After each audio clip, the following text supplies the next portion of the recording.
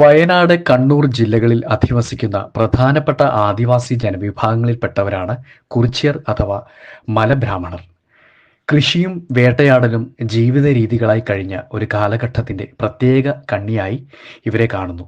മികച്ച വില്ലാളികളും നായാട്ടുകാരുമാണ് ഇവർ.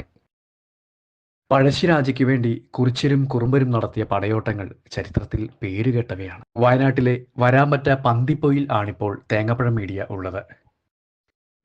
പഴശ്ശിത്തമ്പുരാന്റെ കാലത്തെ പ്രിയപ്പെട്ട ഈ ഒളിപ്പോരാളികൾ അവരുടെ ആയുധങ്ങളെക്കുറിച്ച് ഒരു ലഘു അറിവ് നിങ്ങളോട് പങ്കുവെക്കുകയാണ്.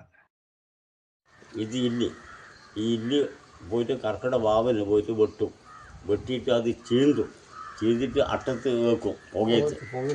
ഒരു കൊല്ലം 1.5 കൊല്ലം വരെ ഉണക്കം വരും. എന്നിട്ട് ഇതിനെ എന്ത് വേണമെങ്കിൽ എടുത്തിട്ട് കത്തി കൊണ്ട് നല്ല ഉഴിഞ്ഞ് ഇതാക്കി. പിന്നെ എൻ്റെ ഈ പാറമരം എന്ന് പറഞ്ഞൊരു മരമുണ്ട്, അതിൻ്റെ ഇരടുത്തിട്ട് നല്ലോണം തുടച്ച് വൃത്തിയാക്കിയിട്ട് ഈ സാധനം ഞാണ ഇതിനെ പറയാം. ഇതൊരു മരത്തിൽ നിന്ന് പൊട്ടുന്ന ഇളം തണ്ടിന് നാരെടുത്തിട്ട് പറഞ്ഞാൽ വലത്തിൽ ഒരു മരമുണ്ട്, മണിയിൽ എന്ന് പറഞ്ഞ മരം. അതിൻ്റെ ഇളം തണ്ട് വെട്ടും. കൊല്ലം തോറും പൊട്ടിയിട്ട് ഇങ്ങനെ നീണ്ടുപോകും. അതിന് വെട്ടി കൊണ്ടുവന്നിട്ട് ഇതിൻ്റെ പുറത്ത് തൊലി കളയും. എന്നിട്ട് ഉണക്കിയിട്ട് പിന്നെ ഉണങ്ങി കാണുമ്പോൾ ഇവിടുന്ന് ഇങ്ങനെ പൊട്ടിച്ചിട്ട് ഇങ്ങനെ നാരിങ്ങനെ ചീന്തിയെടുക്കും. നാര് ചീന്തിയെടുത്തിട്ട് അത് ഇതാക്കിയിട്ട് കയറുണ്ട്.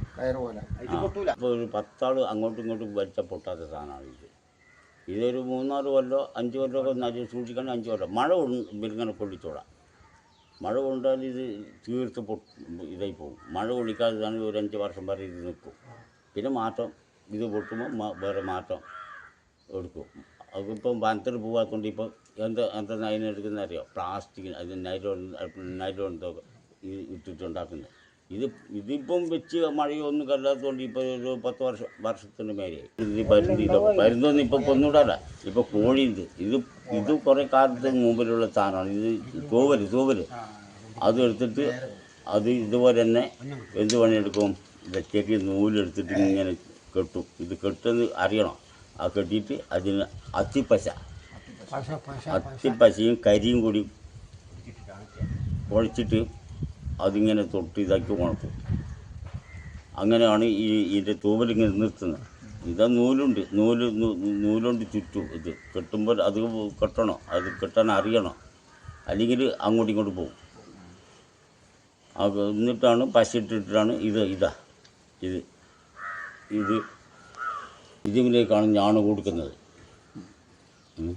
പെട്ടെന്ന് ഞങ്ങൾക്ക് സർവീസ് കൊടുക്കുന്നത് പെട്ടെന്നാവും.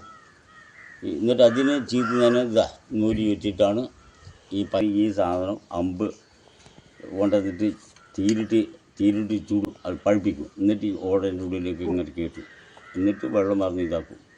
ഇതിന് മേലെ ഇത് ചീന്തുന്നതിനാണ് നൂല് ചുറ്റിയിട്ട് ഈ പശിട്ട് വെക്കുന്നത്. അല്ലാണ്ട് ഇത് ചീന്തി പോകുമല്ലോ.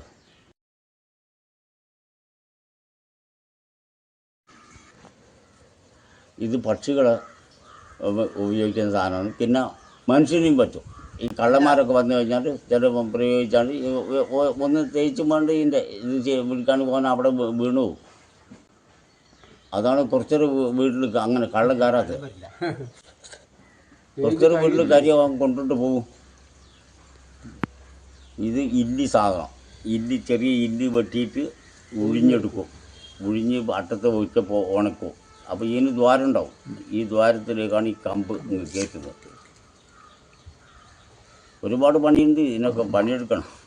ഈ സാധനം ഇതിന് പ്രാവ്, പരുന്ത്, കോഴി ഇതിനൊക്കെ ചെയ്യാം. ഇതാണ് പന്നി, മാൻ, ഇതിനൊക്കെ ഇത് ഒറ്റൊരു അമ്പ് കൊണ്ടാണ് അവിടെ പണി. മൃഗങ്ങൾക്ക് ഉപയോഗിക്കുന്ന സാധനമാണ് പറക്കുന്ന പക്ഷികള് മനുഷ്യന്മാരെ ആരെ ഉപകരിച്ച് കഴിഞ്ഞാൽ ഇങ്ങനെ കൊണ്ട് കൊടുത്തു കഴിഞ്ഞാൽ അവിടെ കിടക്കും. കൊണ്ടുവന്ന് മുറിയൊന്നും ഉണ്ടാവില്ല. ഉള്ളങ്ങ് ഇതായി പോകും. ചതി വിട്ടാല് എല്ലാം പോവും, ഞങ്ങളോട് എന്തെങ്കിലും വെല്ലുവിളിച്ച് കഴിഞ്ഞാൽ ഞങ്ങൾ ഈ മുട്ടും ഡെയ്ത് മനുഷ്യൻ തള്ളി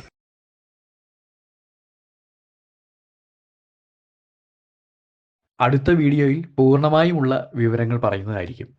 കാത്തിരിക്കണേ.